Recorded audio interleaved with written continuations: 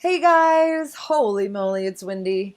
Welcome to this week's Lani chat, and this week we are going to focus on how the shit you let a partner go. How do you fall out of love? How do you stop thinking about somebody? How do you let somebody from your past go? This is some good stuff, so stay tuned. Don't forget to hit the subscribe button. All right, let's get into it.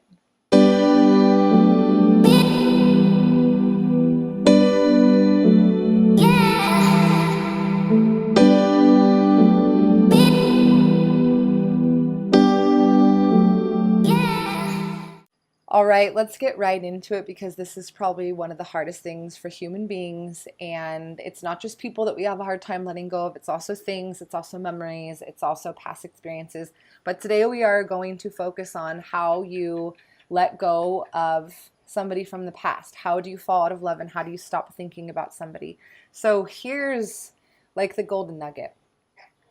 You don't have to chase love and you don't have to beg for love. I promise. That's not love, right? We have all these crazy ideas of what love is. Like I have to prove myself and I have to, like buy them, or I have to like give up my personal freedom. I have to not hang out with my friends. We get these crazy ideas of love from our family, and it's because they got the crazy ideas of love from their parents because they didn't know any better. So we have all these crazy ideas of love. Some of my crazy ideas of love where I had to prove myself, I need to save somebody. That was my idea of love. Chaos. I had a really, really chaotic childhood. It ain't no secret. I've been talking about it now, which is actually really freeing because when we're not trying to push something down, right, we have room to heal and then we have room for new stuff to come in. So remembering that nugget, we don't have to beg for love. If you're having trouble, if you're obsessing, if you can't let that person go, you are not really focusing on love, right? You're focusing on attachment, the need to be needed. Your ego can't take it. Like, God damn. I say this, man, with every relationship I ever had, all of them were shit. I'm in my first healthy relationship I've ever been in. Thank you very much. I'm 36, so, it's about damn time. That's because I did all this stuff I'm telling you guys. So if you want to make a change, you got to do the work. You can't just listen and then say, oh, yeah, she's lucky, but all the good ones are taken. That's a lie. That's a story. And that will be your reality as long as you say that. So I was in all these shitty relationships. I was miserable. I'd go like on dates and come back and be in the worst mood ever and just be like, oh my God, can you believe he said this? He did this, and my friends would be like, you don't even like him. Like you come back in the worst mood ever. And I was like, ugh. So then I tried to break up with the person like 10 times and then they'd ask me to get back together twice. And it was like, I couldn't say I'm a yes woman, but not in a good way, right? I'm always wanting to please.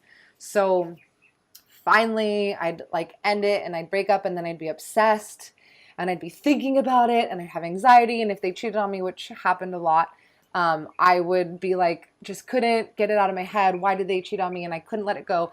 And then I had the realization that it's like, why am I so obsessed with caring what this person thinks when I don't even like them? Literally, I don't like them. I don't like the type of person they are. I like wouldn't even be their friend. Like I love people that are positive, that are doers, that are movers and shakers. I like adventurers. I like all kinds of people, but I mean, just like my best friend's not going to be a person who's afraid to travel, who doesn't like animals, like who doesn't like pizza. You know what I'm saying? Like you attract people that you like. I love all people, but in order to spend a lot of time with them, it's nice when you have a lot of the same ideals. So the people that are dating were like energy suckers, cheap, fear of scarcity, wandering eyes, always had to hit on other girls, like we're afraid of commitment. All the things that I didn't value in myself, but yet I'm standing for this in a partner, and then I'm obsessed and I can't let it go. So coming back to the main nugget, we don't have to beg for love and we don't have to chase it. And when we are obsessing, that is not love. When we are attached, that is not love. And when we can't let something go, that is not love. That is our ego, right? There's always this voice in the head and it's like, okay, I'm going to tell you all the things that I want you to hear because if we transcended, if we were like, wow, yeah, that really didn't work out. Maybe I did some things in the relationship that were a bit crazy. I can take some responsibility. I learned this is just going to bring me closer to my future. I'm grateful for the experience. I don't need the attention. I'm just going to go do some self-work. That would be really easy and you'd be over it in a second. Yeah, that's true. No drama, right? If you're like, okay, it's over. Either they don't want to be with me or I don't want to be with them, and I'm not going to beg for love. I don't need to prove myself, because with love, the person unconditionally loves you exactly how you are, even when you F up, even when you're crazy, even when you're grumpy. You know what I mean? We're human. We all have these really crazy moments where it's like, shit, sorry. Ugh. I have to apologize all the time to my boyfriend. I'm sorry. I was being triggered from the past. That's love. Standing there, showing up, doing the work, growing together. So if we're feeling any of the things, we can't let something go. We're attached, right? We're stuck in our head. That's not love. That's our ego. And that's that little thing in our head that's going to talk to us, right? You have that voice. You know that voice. You know the mind. It's the biggest thing I hear and get questions and comments about is I can't get out of my head. That's like the number one thing that I hear from people. My mind is going crazy. I can't pull myself out of the dark place. I can't let go. They're not doing what I want them to do. We come back to what love really is. If you only love somebody when they do the things that you want them to do, and if they only love you when you do the things that they want you to do, that ain't gonna last long anyway. Do you know what I'm saying? So in order to let go of somebody, we have to realize that we're perpetuating and we're feeding this thought in our head that's going, I need this attention to show that I'm good enough, because when we have the anxiety, when we can't let somebody go, that's just coming from a deeper need that's not being met. And the biggest need that's not being met from humans is we have the fear of not being good enough, right? We have the fear of failing. So fear is the biggest problem. That's what feeds all those negative emotions, the anxiety, the depression. That's where it's coming from, a deeper need that's not being met, which is fear. So realizing that we're not coming from a place of love. If you truly loved somebody, you would want the best for them no matter what, not only when they just did what you wanted them to do. And I want you to really listen to me, because it's not that difficult and it's not that complex. And I know you're going to come at me with, but, we can talk for 9 hours and you can say, but, and then, for 9 hours, for like infinity, you can give me all these excuses and all these reasons and all these buts, but that's all they are. All these excuses and all these reasons why you can't be happy right now. Why do we want to be with somebody who doesn't truly love us? If you're saying that you really want love, but then you're having anxiety and you can't stop thinking about them and you can't let them go, then you're lying. You don't really want love.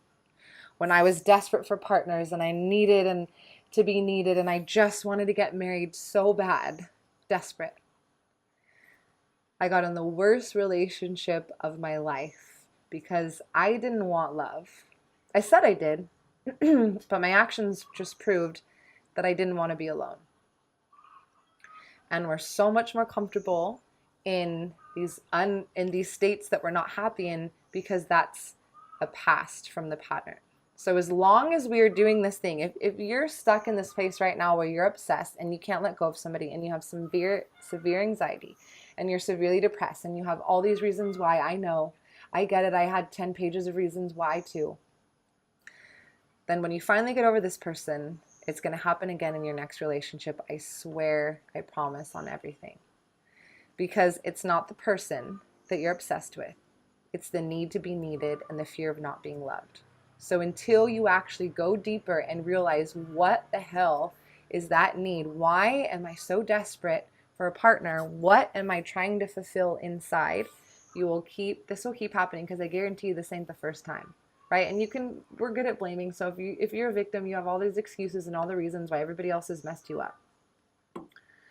But I ain't here to feed all your complaints and feed all your victim roles. And I'm here to be real and honest, because I care about you and because I'm calling you out. Because if there's not change in your mindset, there's not a change in action, and you're going to keep doing the same thing over and over. And I don't want to see anybody suffer. I mean, I didn't want to suffer. I was grateful. It's like shake you and be like, that's not love. You just need to be needed. You're afraid to be alone. What is the greater fear? Because it happened a long time ago from your mom or your dad where you didn't feel the love. And now you're perpetuating that cycle again and trying to sustain that and feel that in a partner. And it's never going to come from there, promise. I searched in it for partners for a long time, and I was in abusive relationships, and my last one was my marriage, and it was the most abusive relationship of all. And I was afraid for my life at times. I felt like I was dead inside. And that's what I got when I was attached, when I was coming from a fear, when I was trying to fill a need that wasn't met. Shift that to today. When I've been open, my eyes have been open, I've realized that I'm not afraid anymore. I know that I don't need to beg for love. I know that it can be easy and peaceful. And I know that attaching or controlling and trying to be afraid of what they're going to do and if they're going to cheat on me if they don't like me isn't love. Love is accepting someone wholly and fully, not being attached. And it's a beautiful thing. So this is what I'm going to inspire you to do. Take some action. Change your mindset, or you're going to keep doing it, that putting yourself in the same situation. It's quite simple. All right, don't forget about my yoga class, because I'm just going to, it's really fun to use the body, right? It's so nice to get the body moving and bring all in that spiritual talk. You know what I'm saying? That's my favorite part, like the best of both worlds. Don't forget to subscribe so you don't miss any of the Lani chats. Like if you like this video, if you liked it, and I'll see you guys soon. Bye.